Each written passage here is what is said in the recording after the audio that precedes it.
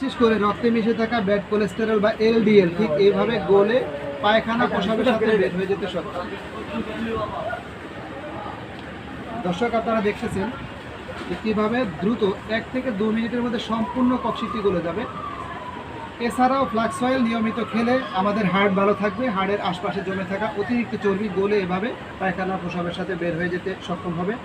এবং আপনার নিয়মিত ফ্লাক্স অয়েল সেবন করলে বা খেলে প্রেশার কন্ট্রোলে থাকবে, যাদের হাই প্রেশার সম্পূর্ণ কন্ট্রোলে চলে আসবে, অথবা যারা লো প্রেশার পুরোটা ব্যালেন্সে চলে আসবে।